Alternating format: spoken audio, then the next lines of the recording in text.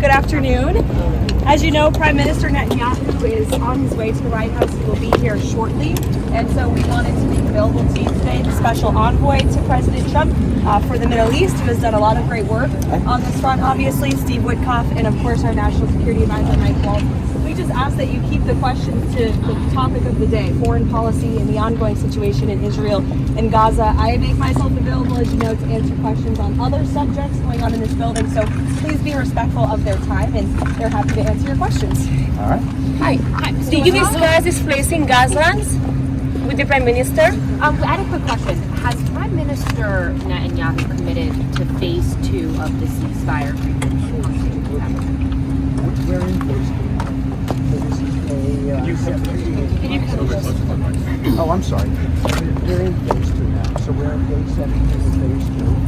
The National Security Advisor and me with Prime Minister Netanyahu on the tonight went over guidelines, parameters, pursuant to which we're going to be engaging on policy talks.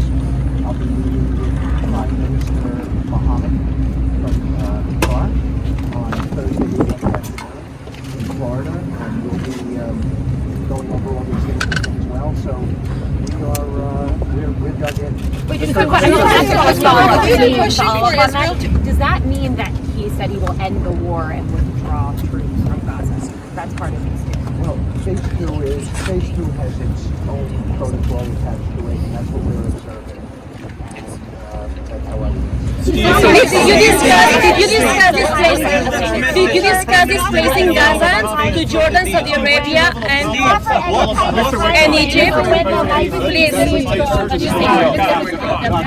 Steve, what's your level of confidence that all of the hostages will be released in a time certain?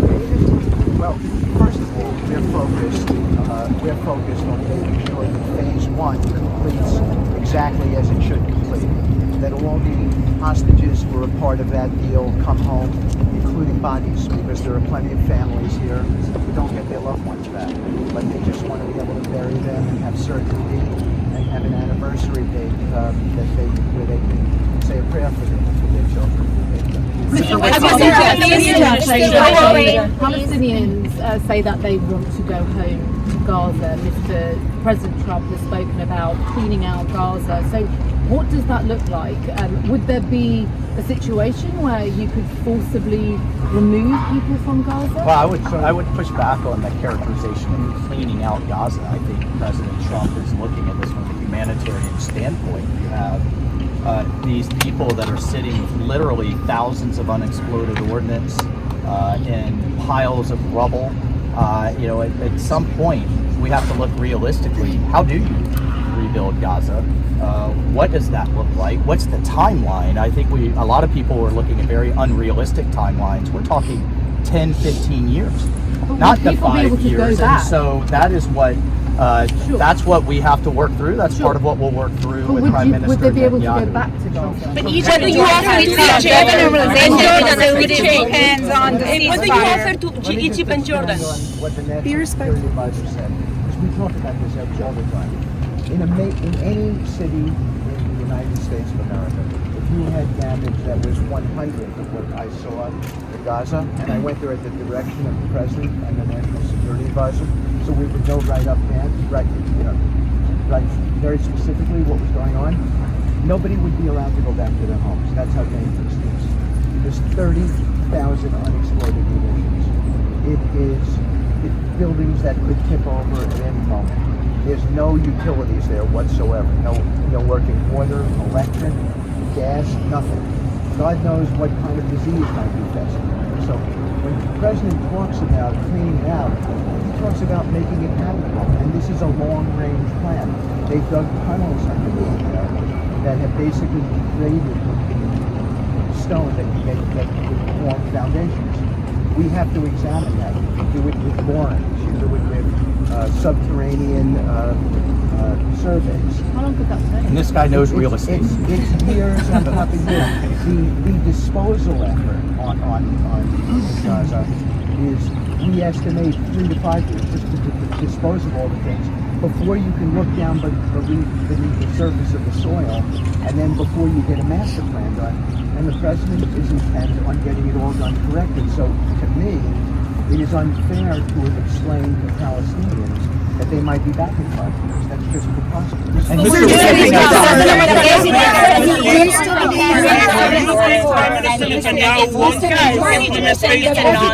So how do you yeah, thanks. Guys, let's act like adults here. They're generously offering their time to answer your questions. You don't need to scream at them like a bunch of school children. Ouija, go ahead. Thank you very much, Caroline. Steve, just to follow up on that, can you explain where they are supposed to go, considering Jordan and Egypt have been so adamant about the fact that they will not take these Palestinians who do not want to leave? And secondly, can you set some realistic expectations for a permanent ceasefire and this phase 2 deal? When might we start to work toward that? As to where people go, that's a big issue that we have to solve. And that's what we're here to do, and that's what the president has asked us to do. And we're looking to a number of our allies, partners in the region. We have to collectively solve this problem. Everyone's heart breaks for this war that Hamas started, and what has happened to these people that Hamas is willing to sacrifice to turn global opinion against Israel. But now we have to collectively come up with some problems, and I think the president's taken a very common sense approach. Mr. Waltz. The next question will go to Steve Holland from Reuters. You've been having discussions with Jordan and Egypt. Have they completely ruled it out, or is it still a matter of negotiation? King Abdullah is coming to visit the president next week. We just had a call with President Sisi that President Trump is absolutely engaged on the issue, and I think with his leadership, we'll be able to pull some solutions together. And of course, we have the Prime Minister Netanyahu here today. So the President Trump is driving, I think, practical, common sense solutions to what is admittedly a very, very difficult situation. Mr. Waltz. Did you discuss Iran's nuclear? Thank you so much. Mr. Witkoff, I'd like to ask, Prime Minister Netanyahu is coming here today after the meeting you had with him last night. We already saw results right after your meeting with him. He said he will send his delegation to Doha for the negotiations. He didn't do that before the meeting with you. You made him do that after your conversation. I'm wondering what's going to happen if he will tell President Trump, I don't want to end the war, and then, the result is not getting all the hostages. Well, first of all, I met with Prime Minister Netanyahu with Mike, our national security advisor. We had a long session, and it was a good session. And so you saw his statement that he's sending a team there. That's a team that's going there to negotiate, to discuss all of these issues that we're talking about. Part of the problem is that it wasn't such a wonderful agreement that was first signed. That was not dictated by the Trump administration. We had nothing to do with it. So now we're working within that rubric, and we're figuring things out. We were able to get to the right place on phase 1. We're hopeful we'll get to the right place on phase 2. And what me and the National Security Advisor are identifying, which by the way President Trump identified, is that phase 3, the reconstruction, is not going to go the way that agreement talks about, which is a 5-year program. It's physically impossible. And so what we're trying to do is be transparent to these people. If you go to Gaza today, I was there, I witnessed it. You see people going there, picking up a tent, and literally in some circumstances turning right around again. Because there is nothing left there. Do you think we're Mr. going to see a Waltz. new deal now? Maybe some other arrangements, some other phases right now than was what discussed before? You know what? This is a complicated deal, and there's a lot to be considered here. And if you talk to a person like Mike Waltz or a person like Donald Trump, what they're going to tell you is we need to level set the facts, really understand the conditions right now in Gaza. And I'm giving you a really granular view of the reality that exists there today.